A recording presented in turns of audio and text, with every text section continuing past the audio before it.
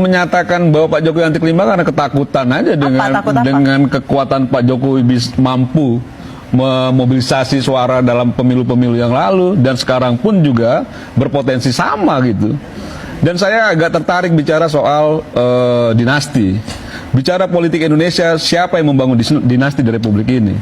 Apakah orang tua misalnya yang anaknya ikut dalam kontestasi dan dipilih oleh rakyat langsung itu dinasti? Atau misalnya partai-partai yang orang-orang tua itu masih mimpin misalnya?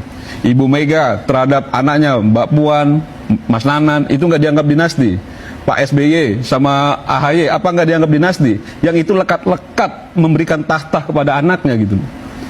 Belum lagi Surya Paloh dan lain sebagainya ya. Jadi maksud saya, jangan juga menyinggung soal dinasti, karena memang sebenarnya ini keberhasilan Pak Jokowi secara politik sehingga anak mantunya bisa jadi.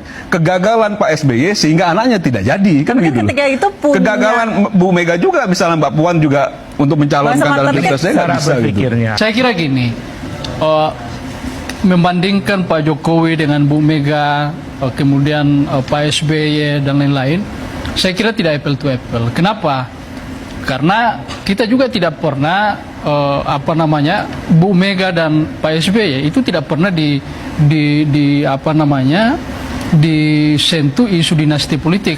Kenapa? Karena memang yang menyerang Pak Jokowi ini adalah orang yang memang tidak suka Pak Jokowi. Jadi isu dinasti politik ini kemudian digoreng terus. Karena kebencian ya? Karena ini berdasarkan kebencian, karena berdasarkan suka tidak suka terhadap Pak Jokowi.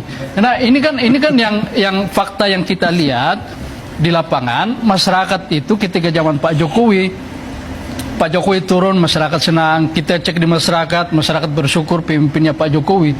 Jadi kalau ada dinasti politik, kemudian keterpilihan Mas Bobi, Mas Gibran dianggap sebagai campur tangan Pak Jokowi, itu kan kesalahan besar.